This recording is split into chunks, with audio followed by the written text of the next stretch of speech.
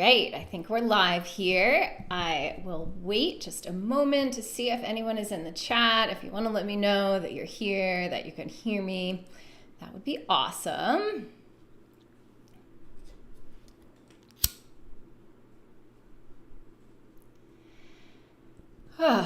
So we are here on the cusp of Uranus and Gemini. That ingress officially happens tomorrow. And it is some intense energy, as it has been every week that I have done one of these live streams, but I feel like it just keeps getting more and more intense.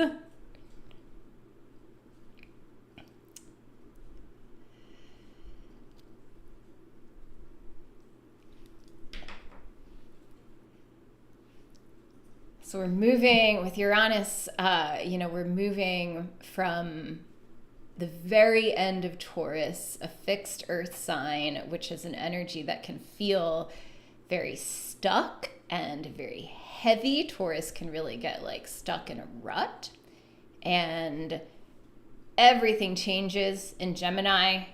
Gemini is an energy that scatters and fragments, and the winds kind of blow in every direction at once.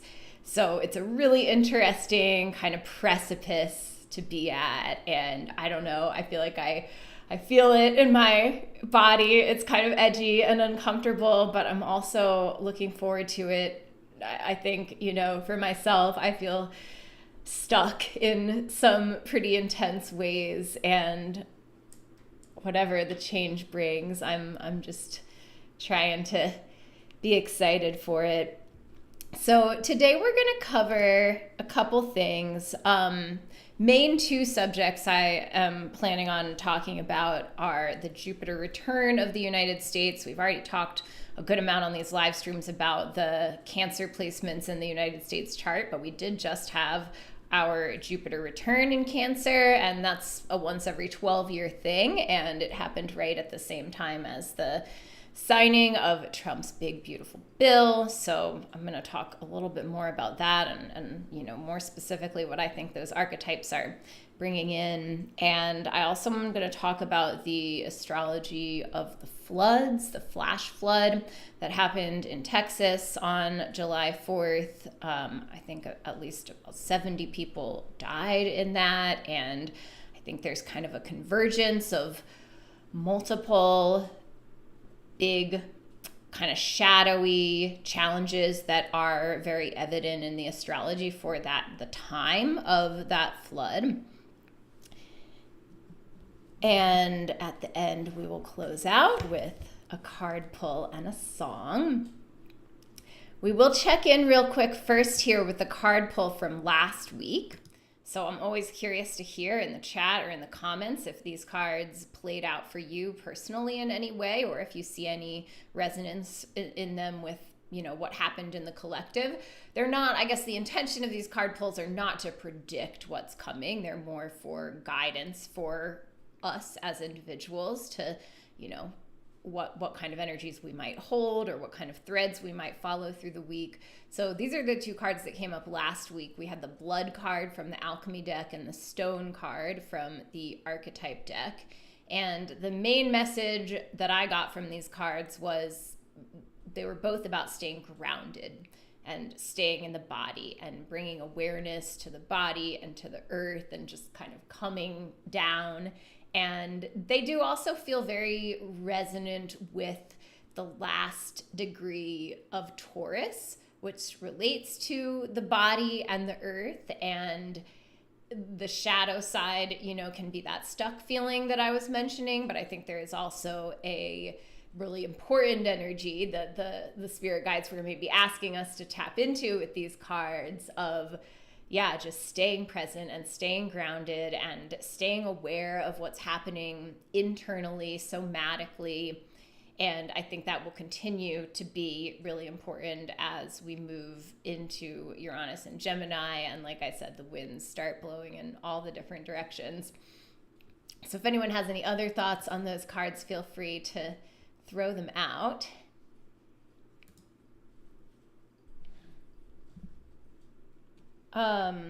But yeah, so just to get started here, actually, before I get into the main two subjects I wanted to talk about, I want to do a little bit of kind of education on shock therapy, political shock therapy. And so I was noticing how, I keep in my notes app through the week, I make little notes of what I notice that I want to talk about in these Sunday live streams. And it just kind of seems like every week, by the time we get to Sunday, the things that I wrote down earlier in the week to talk about feel like they've already blown away. Like we're already past that. They're already not even as relevant. And, the intensities of the events just keep kind of piling up. And it is very overwhelming, which I think relates to this Jupiter return I'm going to talk about too, but it's very overwhelming how fast things are happening. It's hard to believe that it has been less than 6 months since Trump's inauguration and the massive political changes that have been put into action. So some of this, of course, is just increasing chaos in general. This moment in humanity's evolution, I think, is going to become increasingly chaotic. Also, it's pretty unusual to have had 5 outer planet sign changes in about 9 months. So like starting back when Pluto made its final ingress into Aquarius, that was, I think, November of last year. And so we've had Pluto moving into Aquarius, Neptune moving into Aries, Saturn moving into Aries, Jupiter moving into Cancer, and then Uranus moving into Gemini.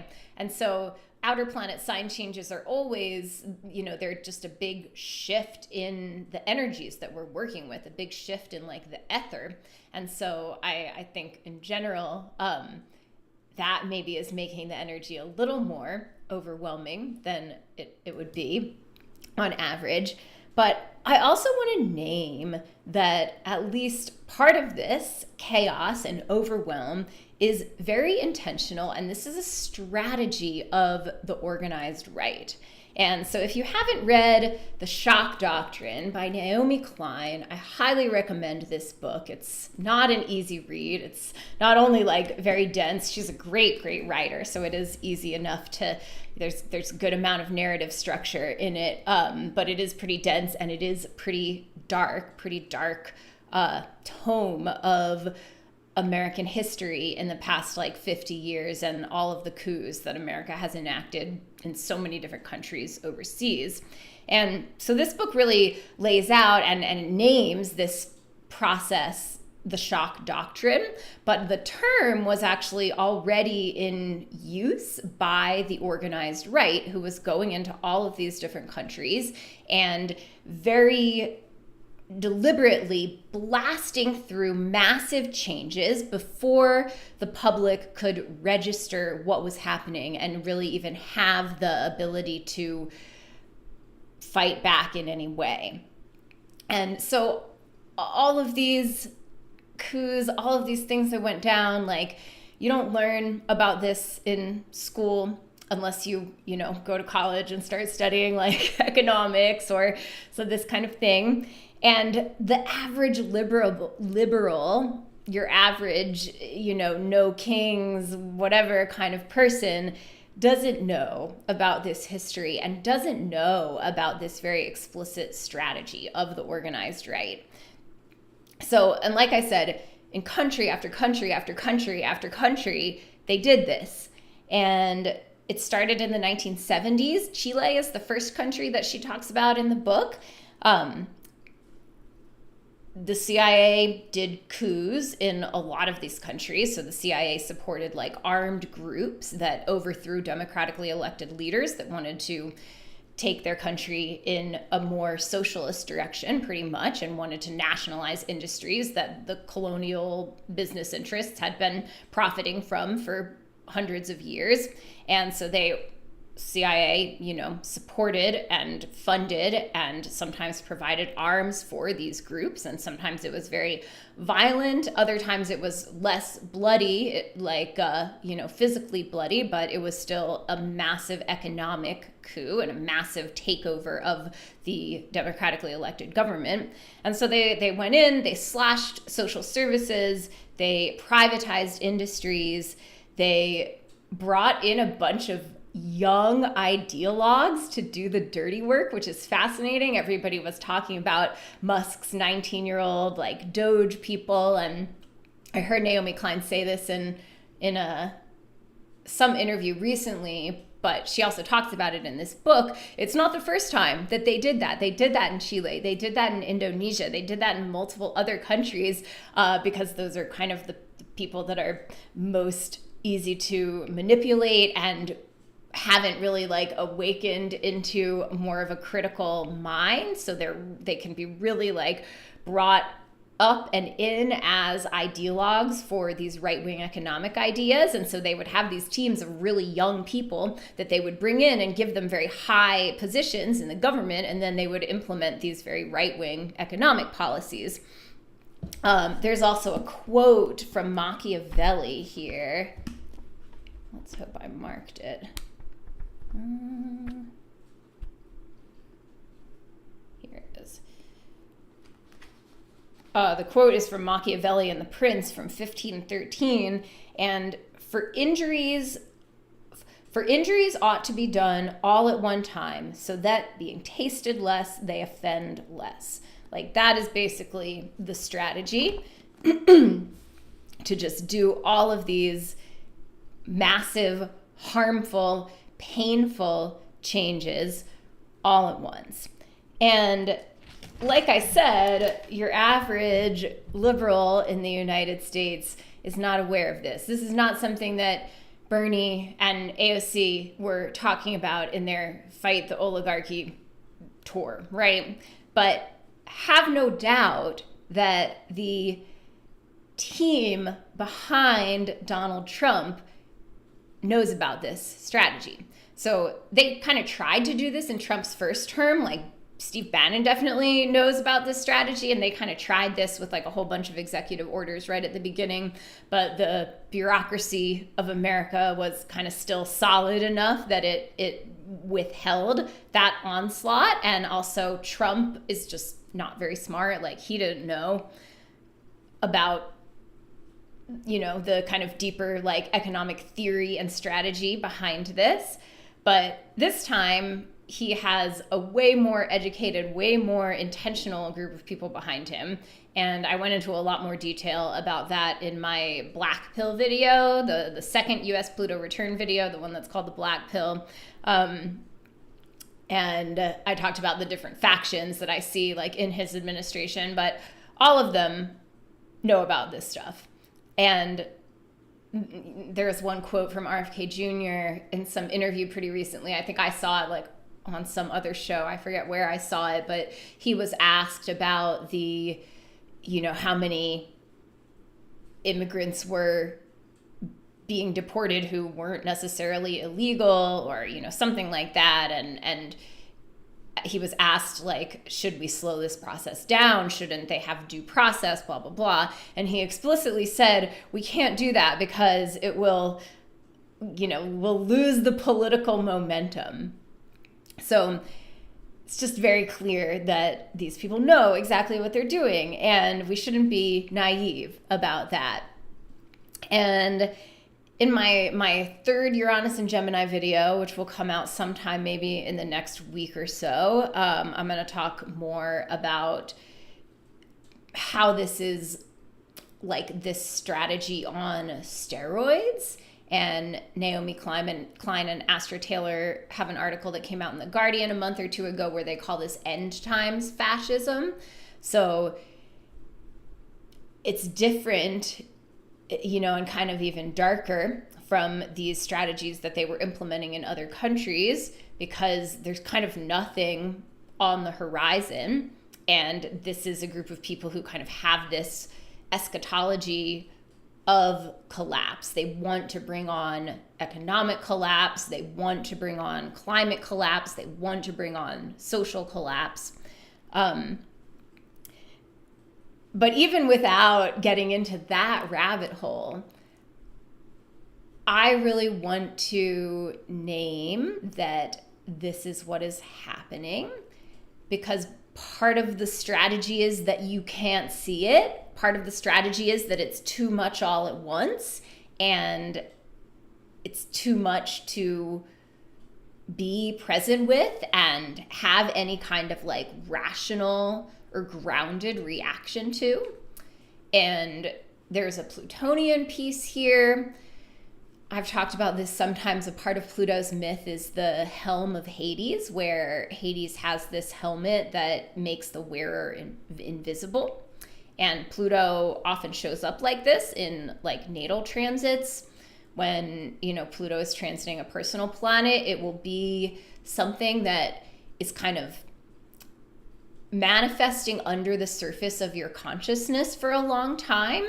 And then suddenly, maybe like in the very, in the peak of the transit, it will suddenly be revealed. It will suddenly make itself known. So like a cancer diagnosis is a dark example of that, but that's definitely something that has, there's lots of examples of Pluto transits that showed up as that. And I think that in the United States, with our Pluto return, this is one piece of it, that there is this very intentional, very organized strategy being played out here. But so many of the people who claim to be against what is happening, again, like your average liberal, like this is still invisible to them. And the history of it, the intentionality of it, is still invisible to them. And also, obviously, the ice abductions are horrific, and this is also a piece of the strategy.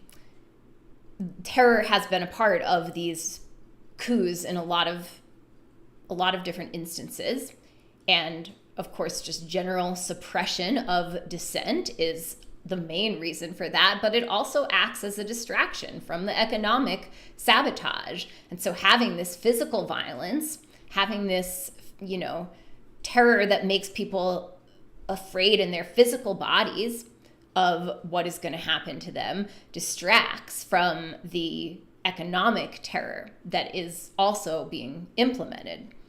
And I think that, so with this Jupiter return, there's a couple different themes. I'm gonna talk about the floods first, and I'm gonna come back to the Jupiter return. But one theme of Jupiter just is overwhelm, and we are all experiencing that. It's coming in at all angles, and that is just a shadow of Jupiter in general. And another theme of Jupiter is revelation, and that's why I wanted to name this, because it is an opportunity to see it and look it in the face and not be in denial of how intentional and deliberate this overwhelm is. And, I don't have answers for how we respond to it, but I always quote James Baldwin: not everything that is faced can be changed, but nothing can be changed until it is faced. And, so I just want to invite us to be present with the overwhelm and be present with the knowing that this is very intentional and this has been done before. And the people that are implementing these changes and these policies know exactly what they're doing. And so maybe if we can breathe with that, maybe if we can sit with that, we can ground into that in a way that can enable us to, find the I don't want to use the word right really, but find the guided and grounded response, because how we respond to this, how we each play out our unique role in resistance and in transformation, that's not always going to come from our heads and our thinking minds. Sometimes that is inside of our body, right? Sometimes our guidance and our intuition, our internal knowing, we have to quiet down the head and we have to be really present with what is happening in order to get there. And so for me, it helps to know and to remember that this is a really intentional strategy. And maybe that helps some of y'all also. I'm going to look at the chat real quick here. Welcome to everyone who is here. Yeah, and so where do we even start? And it may seem a little bit bypassing, but I do think we have to start in the body. And maybe that's what the cards from last week were also referring to. Like, maybe this is a pointer to come back to, like, what are you feeling inside of you? What are you feeling in your heart? What are you feeling in your gut? What do you know to be true? And from there, what can you do in this moment? And if what you can do in this moment is, like, just lie in bed, like, that is okay. I think that's another, like, thing that happens with the Jupiter, intense Jupiter energy, can be just the, like, things can feel really heavy with all of that energy. Somebody's naming Quadzilla Hikes. I have seen his stuff popping up recently too. Definitely check him out.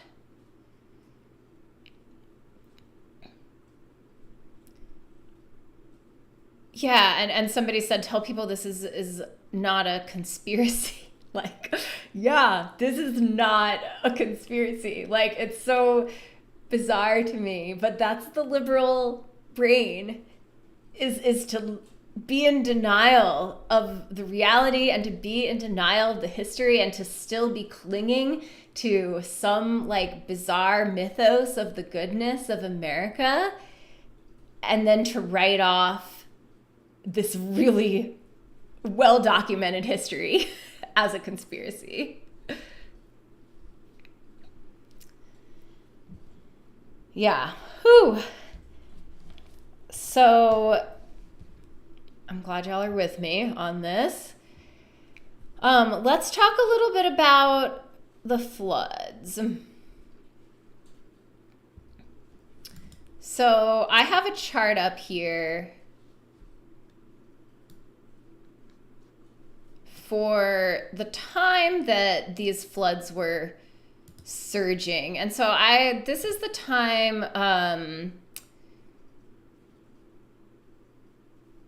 this is for 6:16 a.m. And I think that was, now I'm blanking on why I chose that exact time. There was some, like, first warning or something that went out, or the first, like, Facebook post from the Kerr County Weather Service or something.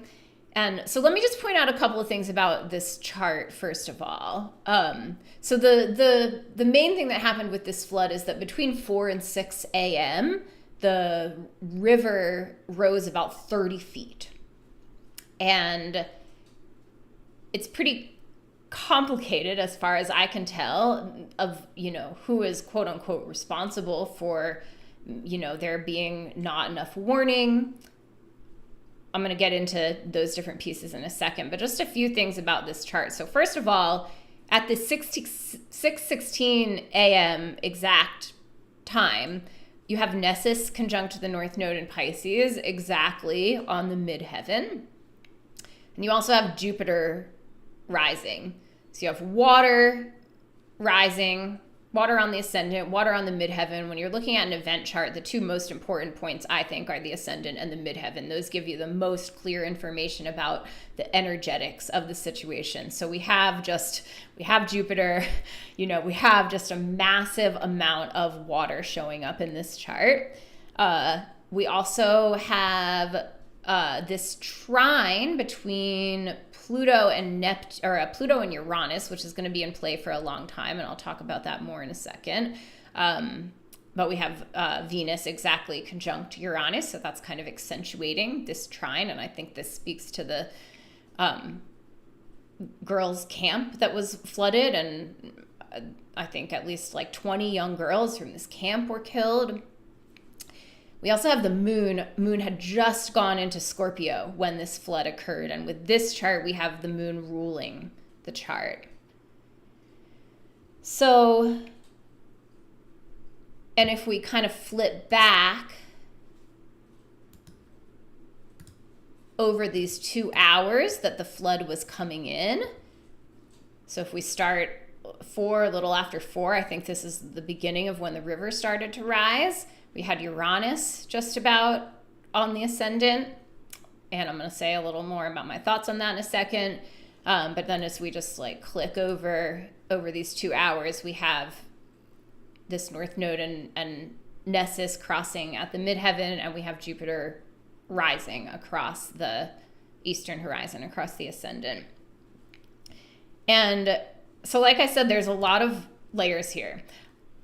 Obviously, there has been the defunding of NOAA. I forget what that stands for, but this national organization that is in charge of weather prediction. And so there has been a lot of staff cuts. There's been a lot of funding cuts.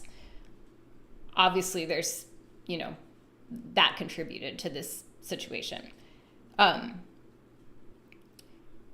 From what I did read, it doesn't sound like there were completely no warnings either. So the river rose really fast, and it was in the middle of the night. So, not everybody is awake, like checking their phones. I think some, people were in these places that were kind of off grid. There wasn't a lot of cell signal. So even if they did have like an alarm that went off on their phones, that wouldn't have necessarily come through to everybody. I think it is a river that is pretty prone to flash flooding, and they have some alarms somewhere along the river, but I don't think they were in this particular area that got flooded at this point. But the piece that comes up for me with Nessus and the North Node in Pisces at the top of the chart is, so I've been talking about this transit has like been in place for a couple of weeks, and I've been talking about it relating to different ways that there is gaslighting going on and just lies and deceit going on coming from the powers that be. And I was watching this really interesting video that I'm going to drop the link in to the chat for you guys, from Stefan Burns. So he's this like geophysicist that talks a lot about the science behind different weather events. And in this video, first of all, he does talk about global warming, and in a way that I had never heard it explained before, how the rise in CO2 levels like literally puts more water into the atmosphere. So I hadn't really heard about that. I knew obviously like the rising oceans are happening because the ice caps are melting and there's more water, so there's more water going into the atmosphere in that way. But there's other different pieces that have to do with like solar weather and the microwave effects, and I have no ability to really talk about the science there, but it's all in that video if you want to talk it out. So he explains that piece, but he also talks about cloud seeding, and I feel like this piece really relates to the Neptune or the Nessus and North Node at the top of the chart, as well as Uranus trining Pluto. And so cloud seeding is this weather modification technique that has been developed over the past like 15, 20 years, or maybe a little more recent than that. But it's basically where they inject silver iodide into clouds to make water molecules form or become heavier, so to create rain. And they do this pretty openly in the UAE, and they've had some massive flooding there because of it, an area of the world that, doesn't get very much rain. They also have been pretty open about it, and I know there's multiple examples of like big government contracts that have gone to companies that do this cloud seeding work. I know I wrote about this when Pluto was first entering into Aquarius.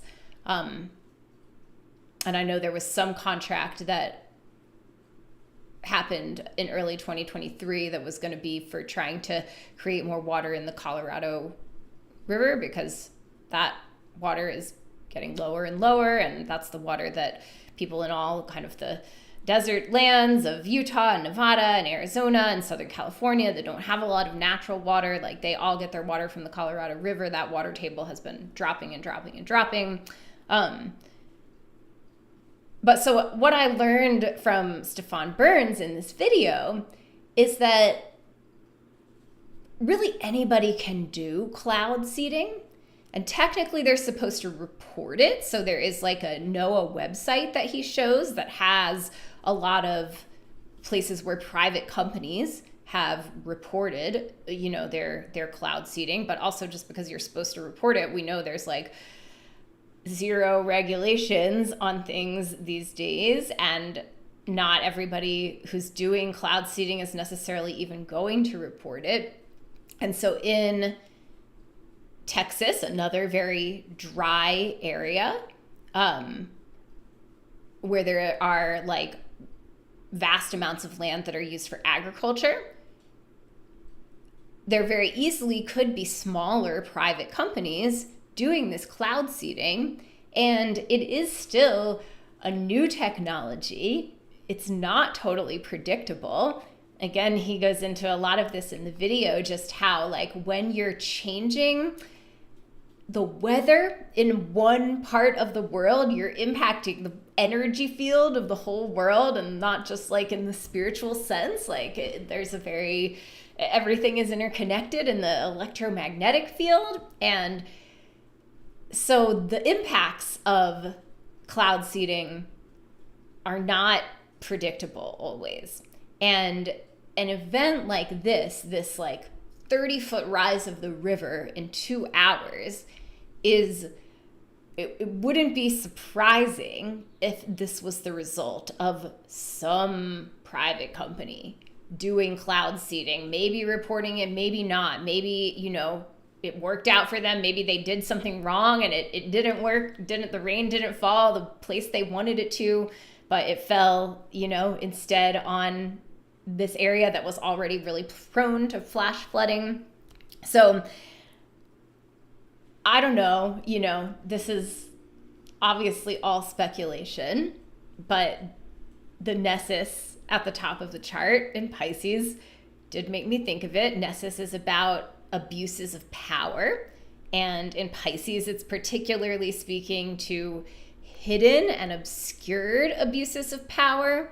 And in this case, just the theme of water, the theme of clouds is also right there. Pisces, of course, is a water sign, and it also is just known as being a very like cloudy, hazy, obscuring kind of energy. So the North Node is about evolution and growth edges, and that could also relate to trying new technologies and kind of like stretching into a new edge in that way. And then combining that with the trine between Pluto and Uranus in these air signs. Or so Uranus is not quite an air sign, but it's about to be. The trine is exact in 2027 to 2028, but this is one of these really long aspects that plays out over multiple years. And Pluto relates to the war machine. Uranus relates to technology. So I feel like those themes are also just here in this chart. And then, yeah, having Venus exactly conjunct Uranus makes it really personal. That brings it from the more abstract, kind of broader energies of the outer planets into the more personal energies of an inner planet. And we had this girls' camp that was washed away in the flood, and a lot of the bodies have been found. Some of the bodies are still missing. So, and then also there's this piece that I've mentioned a few times. It's in my recent video on Uranus and Gemini, and also in my post on Uranus and Gemini, that the last 2 Uranus ingresses have corresponded to major weather events. So when Uranus moved from Pisces into Aries, the kind of final ingress was exact on March 11th, 2011. That was the exact same day as the tsunami in Japan that triggered the Fukushima nuclear disaster.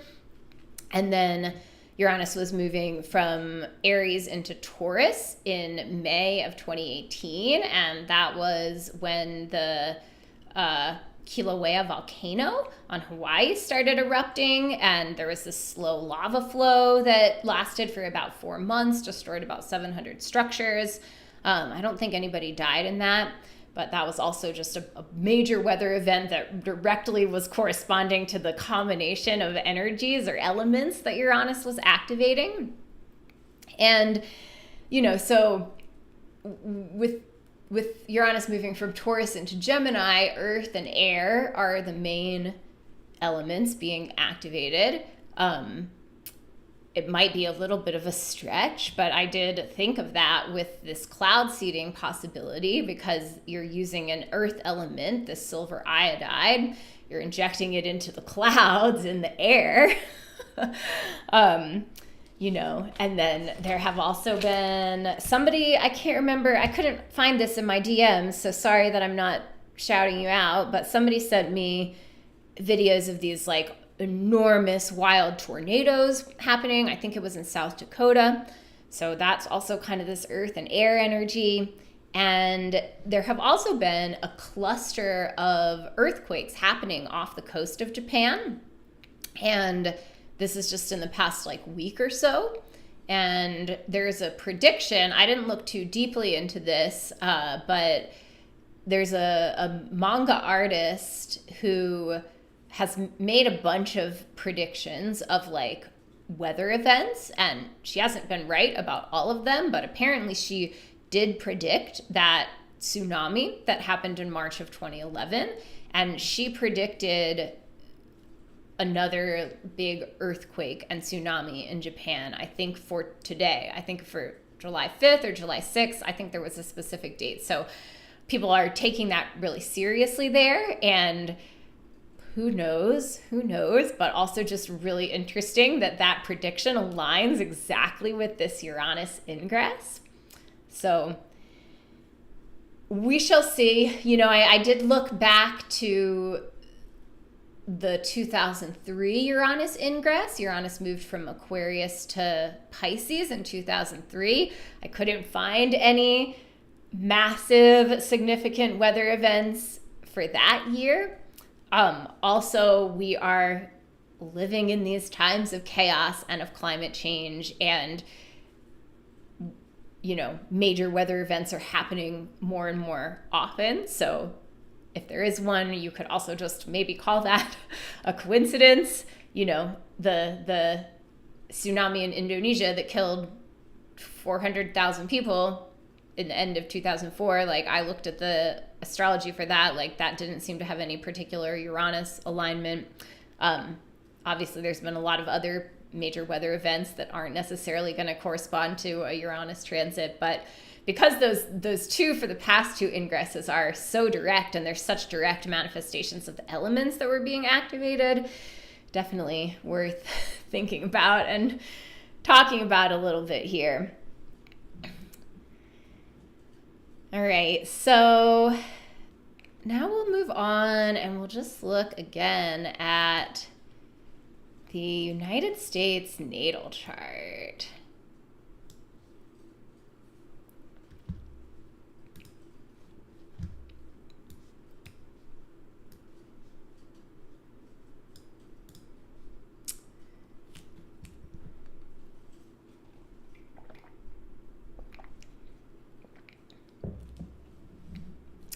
So these are the transits for today. And for anyone who's not familiar, so here we have the U.S. natal chart in the inner circle, current transits on the outer circle. Just a day, 2 days after the birthday of the United States here, but the sun is aligned. And then also Jupiter is almost exactly aligned. So Jupiter, the exact Jupiter return of the United States was, I think it was 2 days ago on the 4th, or maybe it was exact yesterday. But anyway, it's like exact right about now. So just an interesting coincidence that this Jupiter return was exact at America's birthday. That doesn't happen every Jupiter return. But it happened this time. So, and then it's just really fascinating to me how much we're seeing these shadow sides, the deepest, darkest shadows of these Cancer placements playing out. So just as a recap for anyone who missed the other times I was talking about this, you know, America has Mercury, the Sun, Jupiter conjunct Venus, all in Cancer. And traditional interpretations of this, the way that most astrologers, you know, white astrologers have read this, has been saying that this is America's abundance of resources, the abundance of land and other natural resources that are, you know, we are living on, occupying, and also describing these Cancer placements as speaking to the inscription on the Statue of Liberty that says, "Give me your poor and your tired and your huddled masses." And so these are the high vibe manifestations of Cancer, right? And then also, especially because these planets are in the 7th and 8th houses, some astrologers would also speak to the way that the United States supposedly has supported other countries around the world. But the 8th house is the house of death, inheritance, ghosts, secrets. So on this channel, we know that America's abundance of natural resources is stolen, and it is only ours because of a massive genocide of the original inhabitants of this land. And then also the reality of the way that the United States has shared resources with other countries, especially since the end of World War II, has always been a very shadow Cancer. It's always been very manipulative. So this goes back to the Marshall Plan, which is kind of, you know, you learn about this in school. The United States did these airdrops of food into the European countries that were devastated after World War II and helped them come back to life. But all of this was with a lot of strings attached. All of this was basically a way of manipulating the European economies, the you know, leadership in Europe to not move in the direction of socialism. Communist, socialist parties, really communist parties, so people don't know this, which is kind of bizarre to me at this point, but like the actual resistance to the Nazis was the communists. Like not just like random somebody that hid someone in their attic or whatever, but like the organized resistance to the Nazis, the people that had the, you know, escape routes out of the occupied countries, the people that forged documents, the people that had safe houses, the people that had arms. These were the communists. And so the communists were really popular in Europe after World War II. And they also had arms. Like there was a much more kind of militant communism that was popular at that time. And the general population, even if they didn't identify politically as communists, were in favor. Like they liked the communists because they were the main people that had actively stood up to the Nazis. And the American political elite and economic elite saw this and had to be sure that this didn't happen. And so they made sure of that in a lot of different ways. I won't get into all of them right now, but one of the ways was this economic manipulation where they basically said like, hey, we're going to give you all of these resources. We're going to support you in coming back to life after the war, because the European countries lost a lot more. You know, their economies were devastated after the war, which the American economy really wasn't. so they said, we're going to give you all of these resources, but you have to do things economically the way that we want you to. So you have to privatize a lot of your industries to these international companies. And you have to, have, austerity in your social services. You have to have, you only provide the bare minimum for the people and these kind of things. That was a little bit of a rant, but I just think about that stuff all the time. And I get so frustrated when people don't realize that. So anyway, that's just one example of this shadow Cancer energy. And then this is just continued in the way that America has shared its resources over the rest of the decades since World War II. And America has been the main sponsors of the, predatory lending industries or institutions like the IMF and the World Bank, which has done the same thing to all kinds of other countries, especially African countries. Same thing, they have, in a lot of situations, they have done coups or they have done other things that have caused these countries to be in very desperate economic positions. And then they say, we will give you these loans to rebuild or to, industrialize and to develop, quote unquote, develop, right? So to not be a third world country, we'll give you these loans, but you have to do what we want you to with the money. You have to do what we want you to with your economy, which means you can't nationalize your industries. You can't take the, natural resources of your country and use the profit for them to build your economy. You have to open these up to international corporations and let them run it for you. And you have to, again, have a very austere approach to the social services that you're offering. You can't have a, fully funded welfare state or whatever. Anyway, all of this is the shadow of these Cancer placements. And now, of course, we're seeing really intense shadow Cancer energy with these ICE raids and abductions and this general anti-immigration sentiment that the right has been fostering for a long time. So this is just very shadow Cancer, very protective of the land and the resources that they say are theirs, and just very exclusionary about who can, come into this home or be part of this family. All of that is just, the very dark side, manipulative side of Cancer, kind of you're in or you're out, you belong or you don't. And so we had the signing of this Trump's big, beautiful bill at the exact time of this Jupiter return of the United States. So just a big kind of magnification, amplification of this Cancer energy.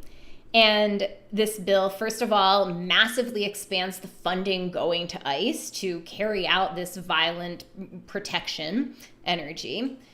Also, it will redistribute a lot of wealth to the wealthiest people in the United States, a process that has been, happening over and over, but this is just kind of next level. At the same time, it's going to cut Medicaid and Medicare. It's going to cut other social services. So just cutting off the basic social safety net, excluding more and more people from having access to the resources of the United States, and somehow also still managed to expand the national debt. So there's another Jupiter expansion manifestation here. And again, I'll just tiptoe at the edge of the rabbit hole here, because you can watch my Pluto return black pill video for some of this, and more of this will come out in my third Uranus in Gemini video. But the people who are running things, the people who are making these calls, they want an economic crash. That is what they are pushing things towards. So the people that are the very tippy top of the economic elite have ways of consolidating their resources, even in the case of a crash where most people, even kind of wealthy people, are losing everything. That is what has happened in lots of these other economic coups that are described in the Shock Doctrine, and that is what these people are planning on. Like, I think they know that they can't exactly control the timing, but they know that these policies are taking us in that direction. In this case, these are also people who see the inevitability of de-dollarization at some point, and there's this interesting thing. I'm trying to learn more about like market speak and like how the markets work. It's a whole other kind of realm, and I don't know, if there's anyone here who speaks those languages better than me. I hope I get this basically right. But a lot of people don't speak these languages, but this economic elite definitely does. But there's this interesting thing that happened with the US bond market when Trump announced some of the tariffs back in the spring. The bond market is usually where big investors start to put their money when public company stocks are looking unstable. So bonds have to do with the debt of the United States, and they're considered like a safe place to put your money. But investors started pulling their money out of the bond market when Trump announced these tariffs, and it was enough to like make Trump walk back some of the tariffs because, and again, like I don't think Trump is totally clued in to like the whole bigger picture that some of the people in his administration want. I don't really think that Trump is as an accelerationist in the same way, but I just think he kind of is not really in control of what's happening, especially with economic stuff. But so anyway, this was a very unusual thing that investors would start to be pulling their money out of the bond market. And it indicated that people were not having faith in America's ability to continue to service its own debt. So we have this massive, massive amount of debt, and the way that it's kind of managed to like stay afloat is because the dollar is the dominant currency in the world economy, and other countries want dollars. So I don't know if I can explain that totally clearly, but other countries want the dollars, and so they keep, buying the dollars, and the United States is able to have this $1 trillion whatever deficit and just keep paying like the interest on it every year. But eventually they may not be able to continue to pay the interest, and there could be a crash of the bond market. And again, I think the people in these very tip top of the pyramid, like, want that to happen at some point. And they have their own plans for, breakaway civilizations, like, starting to live totally off cryptocurrency, whatever. Like, this is a whole other thing I'll get into in my third Uranus and Gemini video. But my whole point here is like this Jupiter return, this Jupiterian expansion of the debt and of these, resources, like just going further and further into the pockets of the economic elite. Like, it's visible here. It's happening here in the astrology.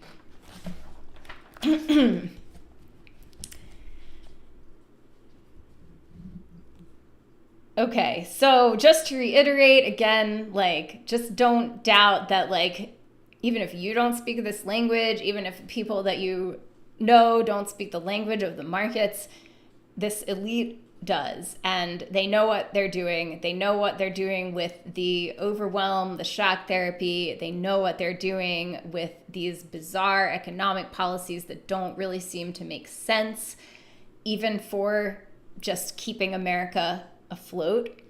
And it's just so fascinating to me what Jupiter is revealing about the shadow of these Cancer placements. And I just think, no astrologer can ever again they will, but I think they can't ever again like speak to these Cancer placements as if they're something positive because of what is happening as Jupiter transits here. And it's just very counterintuitive to what you would think a benevolent Jupiter transit would look like. But what's happening is happening. So we should keep our eyes open. We should be present with it and not be in denial of it. And like I said, Jupiter can be about revelation.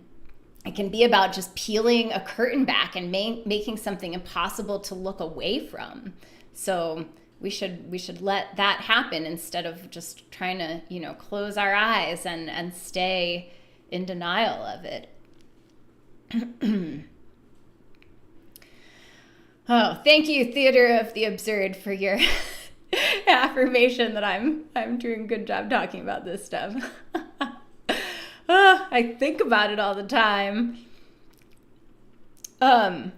Okay, so we're gonna get to our card pull here. Wow, I just talked and talked. I try to keep these an hour, but we're definitely going a little over an hour this time. We're gonna get to our card pull. I want to make a couple of announcements really quick first. So as I have been mentioning, my first Uranus and Gemini video is up now. It is about technology, telepathy, and information warfare. Give that some love if you haven't already.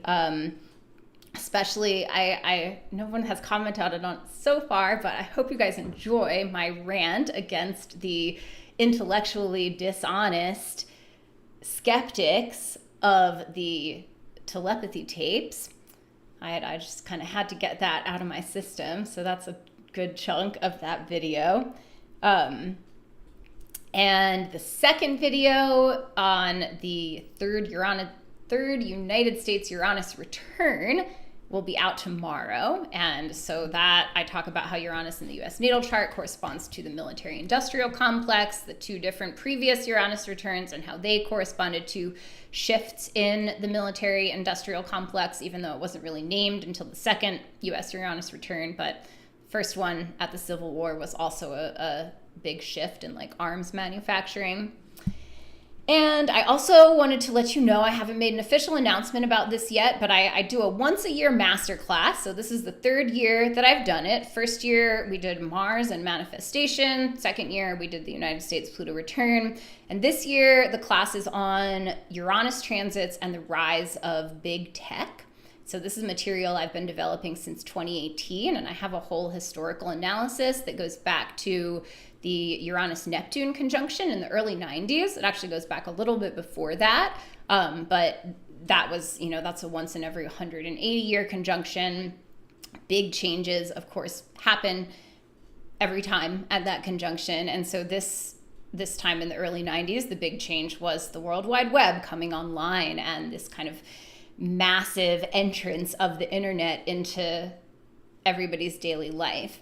So I have an analysis that tracks the Uranus transits from then until now, and each sign that Uranus has moved through corresponds to a different phase in the rise of these big tech companies that now are also, dominating our life and our economy.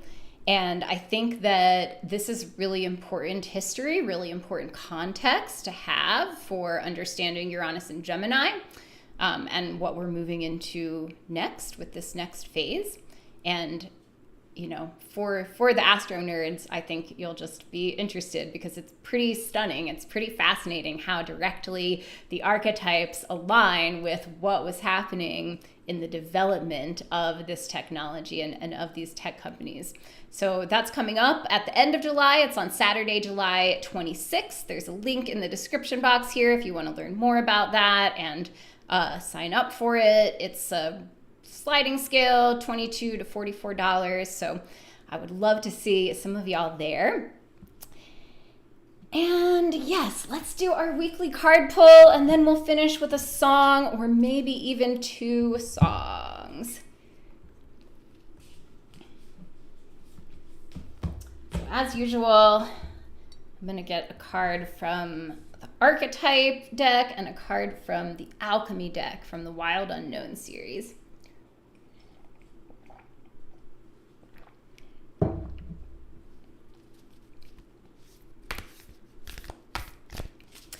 And these are energies to guide us through the coming week as Uranus enters Gemini, moving towards Mercury retrograde. That's not for, I think that starts on the 17th, so we got a little bit of time, but that's the other kind of big astro event of the month.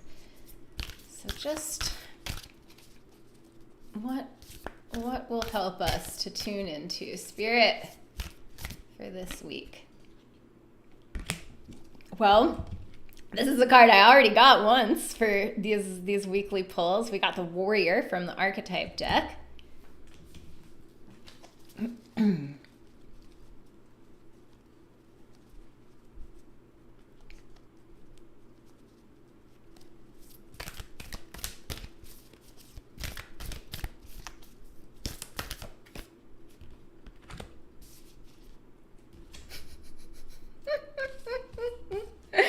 Oh my gosh, okay. And I got, oh, these are so intense. So these alchemy cards have the planets, and 2 planets popped out here, Pluto and Mars. Oh my God. Okay, well, we'll read all of them. Pluto and Mars, let's just see what they're doing right now at this moment.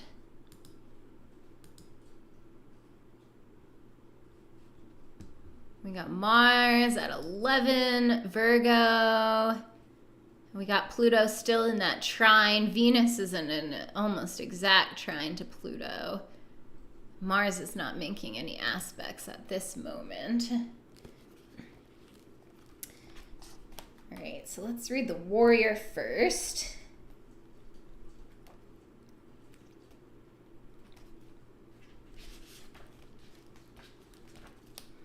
So the keywords are the samurai, the soldier, the advocate. We often envision the warrior as an armored figure with sword in hand moving blindly toward battle. Yet the deeper aspects of this archetype bring us face to face with death itself.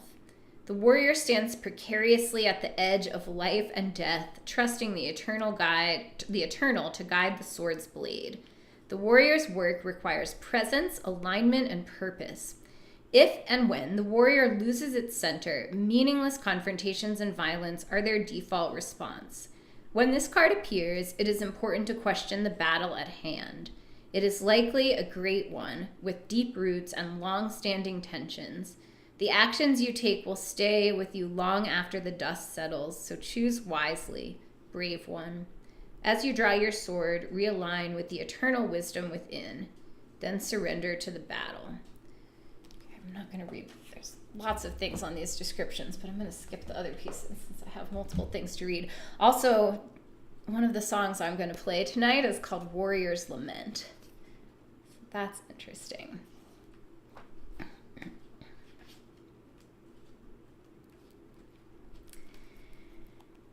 Okay, so for Mars, we have the keywords of will, vigor, and activism.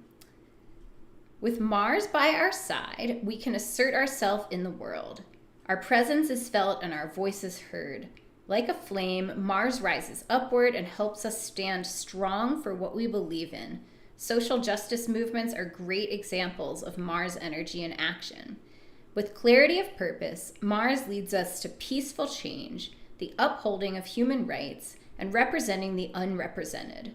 When Mars appears in a reading, there is strength and vigor required to face the challenges ahead. It may take the form of speaking your truth, getting yourself out of a harmful relationship or job, or getting involved in activist work. As alchemists, we must be very precise with our dosage of Mars. As in uncontrolled amounts, it leads to outbursts and violence.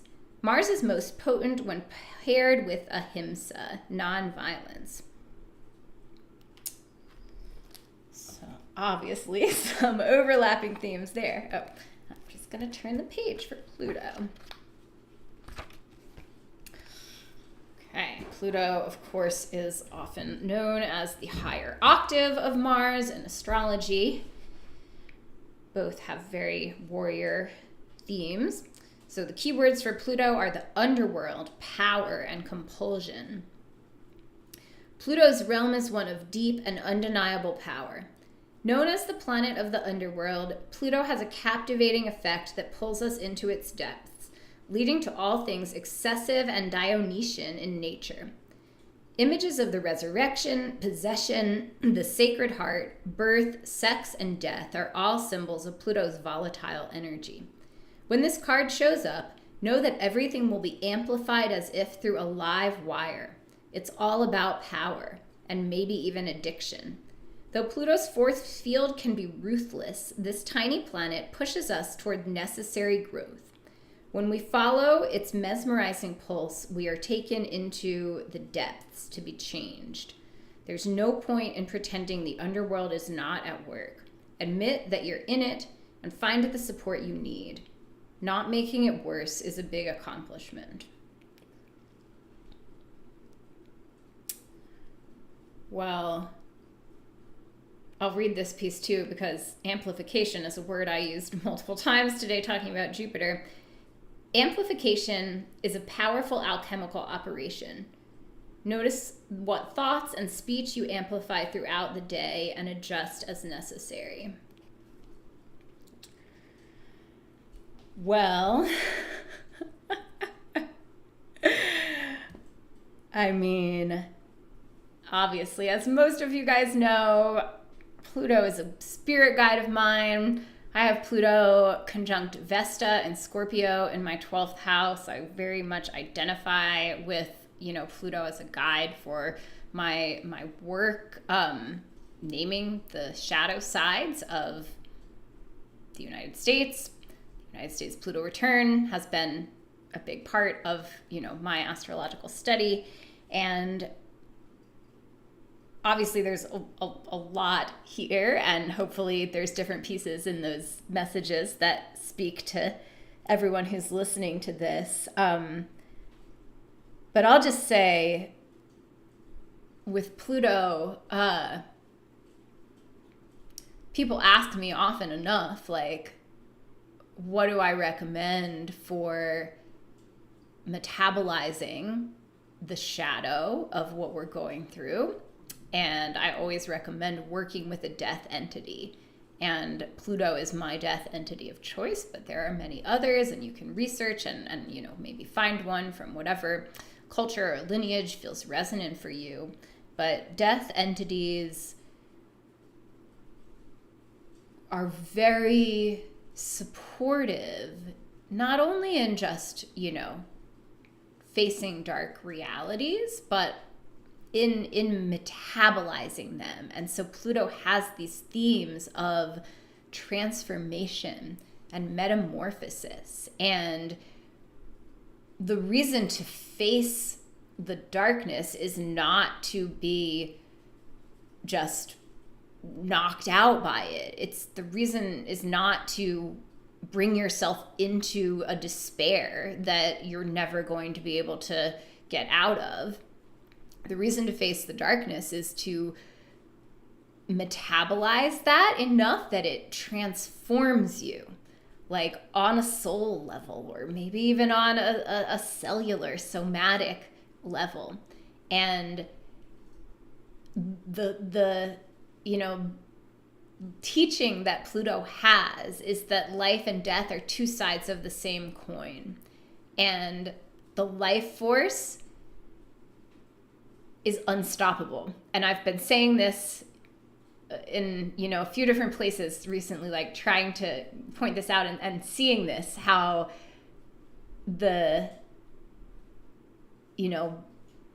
ones that would suppress the life force, the ones that are driven for whatever reason to destroy and to kill throughout all of history, they try so hard to kill the life force, and it just pops back up like mushrooms coming up from underneath the soil. And I think that Pluto or other death entities can help you catalyze that process inside of yourself so that you can take in the reality of the shadow, and maybe not overnight, but especially with the support of a death deity, you can metabolize it and come back to life and come back even more driven and determined to show up as your best self and to play out your role in this massive, maybe global metamorphosis that we're going through, and to ultimately keep that life force going and moving through you and creating through you. So yeah, I never get tired of talking about that, and I have lived that in my body, in various situations in different ways, and I'm sure all of you have too. And yeah, I hope that lands. I hope that's supportive for some people. I hope the rest of these messages are also supportive and, guide you over the course of the next week, whatever it may bring. And I'm going to finish with two little songs, two original songs. One of them is the song I played last week, and I was going to just play that song again. I have a bunch of original songs that I feel like I want to share, but I mostly want to be pretty slow in how the pace at which I share them. So I'm going to play the circle song again, but there also is another song that just felt like it wanted to be shared today, and it's called Warrior's Lament. So it's interesting that we got the warrior card here. So I'll just start with this one.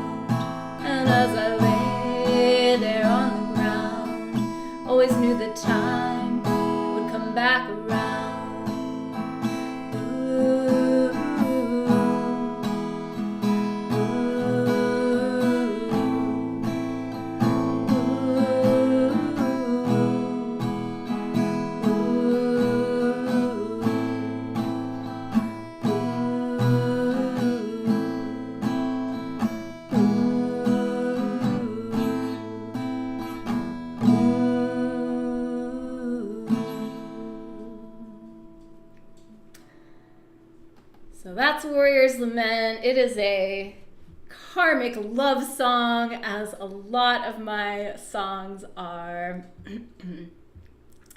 And then I have the lyrics here for the circle song. So this is just a little medicine song that is meant to be sung along to and harmonized to.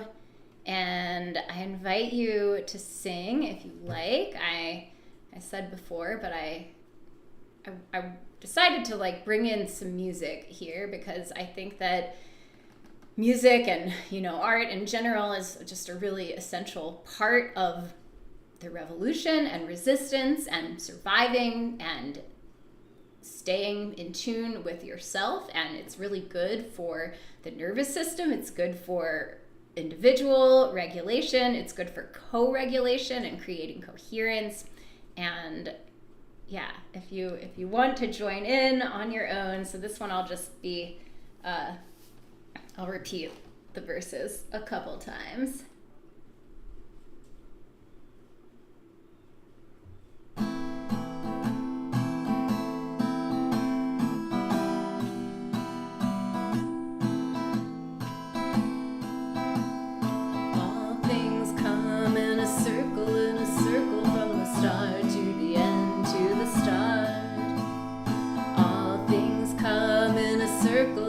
Circle like the light in and out of the dark.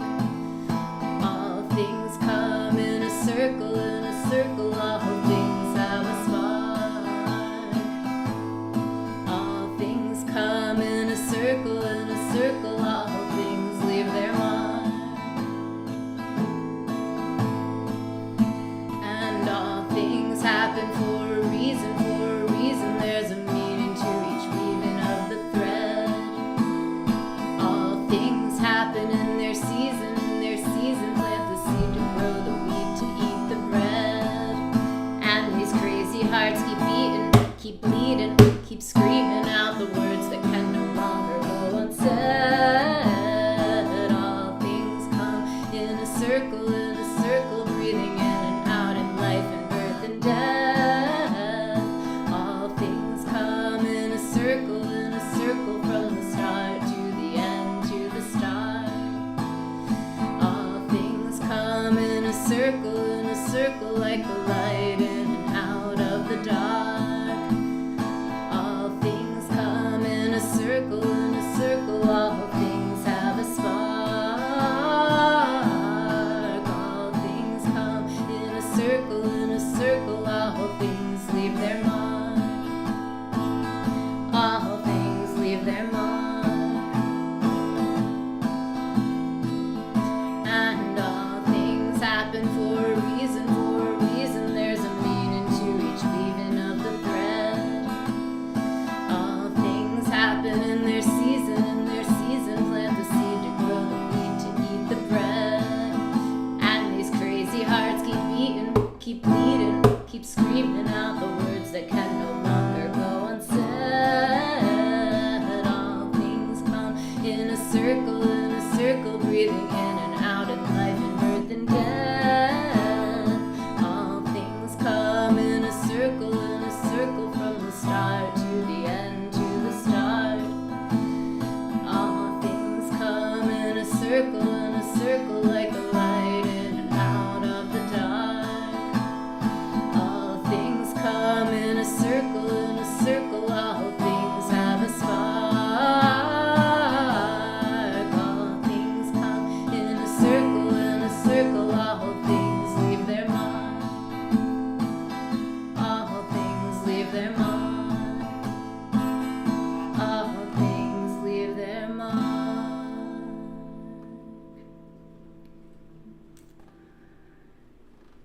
All right. And with that, we'll finish here. If anybody wants the chords, if anybody plays guitar and wants the chords to that circle song, you can just email me. I'd be happy to share them. They're super simple chords, and I would love for that song to just like fly far and wide. yeah, join the channel membership if you want to support. I love seeing our beautiful members with their beautiful little stars by their names. And I have the poll up. If you're a channel member and you haven't voted in the poll, you can find that under the community post tab for when our first members only live stream will be.